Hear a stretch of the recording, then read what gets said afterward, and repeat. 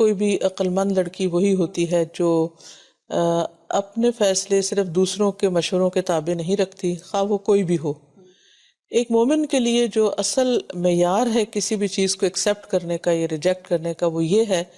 کہ اللہ اور اس کے رسول صلی اللہ علیہ وسلم کا حکم کیا ہے، اور وہ اس کے سامنے جھک جائے اور وہاں پر اپنی مرضی یا اپنا خیال جو ہے چھوڑ دے۔ اس معاملے میں ہمارا دین ہمیں یہ سکھاتا ہے کہ عورت شوہر کے معاملے میں اپنے والدین کی بھی بات نہ مانے، خواہ ان کا مشورہ بظاہر دیکھنے میں اسے بہت اچھا بھی لگ رہا ہو، لیکن وہ شادی کے بعد اپنے شوہر اور اس کے گھر اور اس کے فائدے کو مد نظر رکھ کر دیکھے کہ کیا چیز اس کو فائدہ دینے والی ہے۔ اور جیسا کہ شوہر اور بیوی کا جو ایک تعلق ہے، وہ اس کو ایک لباس سے تشبیہ دی گئی ہے کہ وہ دونوں ایک دوسرے کے عیب اور ایک دوسرے کی کمی کوتاہی کو ڈھانکنے والے ہوتے ہیں۔ تو اول تو یہ ہے کہ ایسی باتیں جو گھریلو معاملات ہوں وہ والدین کے ساتھ بھی شیئر نہیں کرنی چاہیے، اللہ یہ کہ کوئی بہت ہی بڑا مسئلہ ہو جائے جس سے لڑکی خود نہ نبٹ سکتی ہو، یا کہیں ظلم کی انتہائی ہو جائے کہیں، تو اس معاملے میں پھر یہ کہ ضرور وہ دوسروں کی مدد لے، لیکن ہر چھوٹی بڑی بات بتا کر والدین کو پریشان کرنا، یا پھر ہر چھوٹی بڑی بات میں ان کے مشوروں پہ چلنا کہ جو اس گھر میں رہ بھی نہیں رہے اور وہ اپنے تجربات سے گائیڈ کر رہے ہیں، تو ہر شخص کا معاملہ مختلف ہوتا ہے۔ ضروری نہیں کہ جو والدین کے آپس میں معاملات تھے یا جو ان کے تجربات تھے وہی چیز پھر بچوں میں بھی ریپیٹ ہو رہی ہو۔ حالات بہت بدل چکے ہیں اور اب کے بچوں کا ایکسپوجر بھی بہت مختلف ہے، تو اس لیے اس میں انسان کو اپنی عقل سے بھی کام لینا چاہیے، خواہ کوئی دوست ہو، خواہ کوئی رشتہ دار ہو، خواہ والدین ہی کیوں نہ ہو۔ انسان یہ دیکھے کہ نمبر 1 اللہ اور اس کے رسول کا حکم کیا ہے، اور نمبر 2 یہ کہ اس کے اپنے گھر کو بچانے کے لیے، سنوارنے کے لیے، خوشگوار بنانے کے لیے کیا چیزیں زیادہ کارآمد ہیں، اور وہ ان چیزوں کو اختیار کرے، نہ کہ اندھا دھند صرف یہ دیکھے کہ چونکہ میرے ماں باپ ہیں لہٰذا ان کی ہر بات درست ہوگی۔ تو ضروری نہیں کہ ان کی ہر بات درست ہو، وہ بھی انسان ہیں، ان سے بھی غلطی ہو سکتی ہے، بلکہ کوشش یہی کی جائے کہ ان کو کم سے کم ان معاملات میں انوالو کیا جائے۔ دیکھیے کہ پھر نقصان کس کا ہوتا ہے، انسان ضد تو کر لیتا ہے اور اڑ جاتا ہے کسی بات پر کہ میں نہ مانوں، لیکن پھر یہ انسان کو کس نتیجے اور کس انجام تک پہنچاتی ہے۔ اس کے برعکس اگر انسان تواضع سے کام لیتا ہے، عاجزی سے کام لیتا ہے، تو حدیث میں آتا ہے من تواضع للہ رفعہ اللہ، جو اللہ کی خاطر جھک جاتا ہے اللہ تعالیٰ اس کو بلندی عطا کر دیتا ہے۔ بعض اوقات کسی کے سامنے یہ کہنا کہ آئی واز رانگ یا میری غلطی ہے بڑا ہی مشکل کام ہے، اپنی غلطی ماننا دنیا کا مشکل ترین کام ہے، لیکن اگر انسان اللہ کی خاطر واقعی اپنی غلطی اگر ہے اس کی غلطی اور اس کو تسلیم کر لیتا ہے، تو اس کے بعد جو خوشگوار نتائج آتے ہیں وہ پھل بھی وہ خود ہی کھاتا ہے۔ تو اس لیے انسان کو اس معاملے میں کبھی بھی آر نہیں ہونی چاہیے کسی بھی ایسی چیز کو ماننے میں یا جھک جانے میں یا آرگیومنٹ چھوڑ دینے میں یا لیٹ اٹ گو، یا اس چیز کو انسان چھوڑ دے اور اس کے بحث مباحثے میں نہ پڑے یا ضد میں نہ پڑے، تو اس کے بہت سارے فائدے ہیں۔ اصل میں بہت سی چیزیں انسان کا جو اچھا رویہ ہوتا ہے اس سے خود بخود اس طرح کے منفی جذبات ختم ہو جاتے ہیں۔ میں سمجھتی ہوں کہ ایسے رشتوں میں سب سے پہلی چیز کچھ بھی سکھانے سے پہلے اور کچھ بھی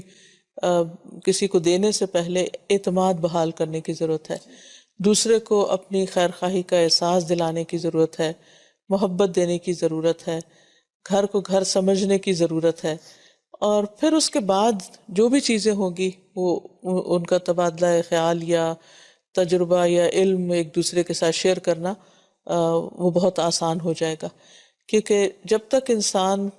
کسی بھی چیز میں اپنے نفع نقصان کو مشترک نہیں سمجھتا تو اکٹھا چل نہیں سکتا۔ پیس دینی چاہیے، وقت دینا چاہیے، تحمل سے، برداشت سے، انتظار سے، آہستہ آہستہ چیزوں کو اپنے وقت پہ انشاءاللہ ٹھیک ہو جائیں گی، ان کے لیے وقت دینے کی ضرورت ہوتی ہے۔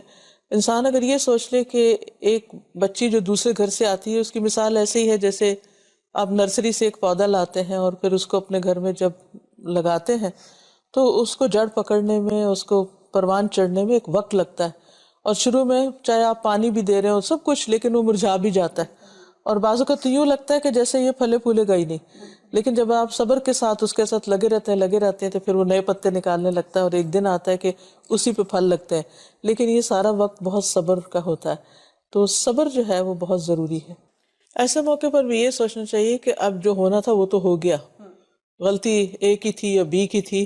اور اب اس مسئلے کا حل ڈھونڈنا چاہیے، نہ کہ اپنی ایگو کو سیٹسفائی کرنا چاہیے کہ میں نے صحیح کہا تھا اور میری بات اب پروو ہو گئی۔ پروو بھی ہو گئی تو اس سے نکلا کیا؟ بالکل، اور آگے کیا نکلے گا اگر آپ پروو بھی کرتے رہیں گے اور اپنے بچے کا اور نقصان، اپنے بچے کا نقصان کر رہے ہیں، اور اس کی تربیت بھی نہیں ہو رہی ماں باپ کی لڑائیوں سے۔ تو بہتر یہ ہے کہ آئندہ کے لیے مزید اپنی غلطیوں سے سبق سیکھ کر بہتر فیصلے کرنے کی کوشش کرنی چاہیے۔ تو اصل میں کوئی بھی فیصلہ یک طرفہ نہیں ہونا چاہیے، اور بعض اوقات انا بڑوں کی طرف سے ہوتی ہے اور بعض اوقات یہ خرابی چھوٹوں کی طرف سے بھی ہوتی ہے، کیونکہ ہر انسان کے اندر کسی نہ کسی درجے میں یہ چیز موجود ہوتی ہے، لیکن اگر انسان یہ سوچے کہ اس ضد کا نتیجہ کیا نکلے گا اور وہ کس کے فائدے میں ہوگا، تو پھر شاید انسان اپنے لیے بہتر فیصلہ کر سکے۔ بعض اوقات یہ بھی ہوتا ہے کہ ایک وقت میں انسان کو یوں لگ رہا ہوتا ہے کہ یہ چیز میرے حق میں بالکل ٹھیک نہیں، اور اگر ایسا ہوگا تو بڑا کوئی نقصان ہو جائے گا، تو وہ اس صرف ایک انسان کا اپنا خیال بھی ہو سکتا ہے۔ تو ایسے میں بھی انسان اگر نقصان بھی ہو رہا ہے تو یہ چھوٹا نقصان ہے بنسبت اس کے کہ انسان روٹھ کے چلا جائے، یا پھر کمیونیکیشن بند کر دے اور اس پر بات ہی نہ کرے، یا یہ کہ پھر بالکل ایک کولڈ رویہ اختیار کر لے، کہ یا احتجاجی رویہ اختیار کر لے کہ میں تو اس بات کو مانتا ہی نہیں ہے، سننے کو ہی تیار نہیں، بس ٹھیک ہے جو بھی آپ کرتے ہیں سو کرتے ہیں۔ تو میرا خیال ہے کہ یہ کبھی بھی نہیں ہو سکتا کہ دو اکٹھے رہنے والے لوگوں کے درمیان کبھی اختلاف نہ ہو۔ اختلاف ضرور ہوں گے، لیکن ہم سب کو اتنا میچور ضرور ہونا چاہیے کہ اختلاف کے ساتھ ہم ایک دوسرے کے ساتھ رہنا جانیں، یعنی ہمیں ڈفرینس مینجمنٹ آنی چاہیے، اور اختلاف کے باوجود اتحاد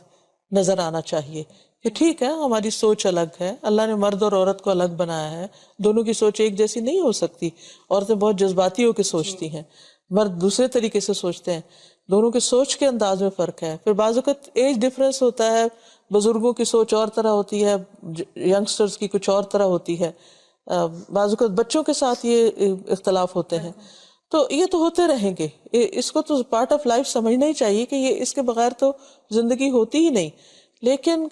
ان اختلافات کے ساتھ جینا کیسے ہے یہ انسان کو آنا چاہیے، اور کبھی ایک کی بات مان لی جائے اور کبھی دوسرے کی، کبھی ایک سرنڈر کر جائے کبھی دوسرا سرنڈر کر جائے، تو اسی طرح یہ گاڑی چل سکتی ہے، لیکن ہر شخص اگر کھچاؤ شروع کر دے تو پھر وہ گھر چل نہیں سکتا۔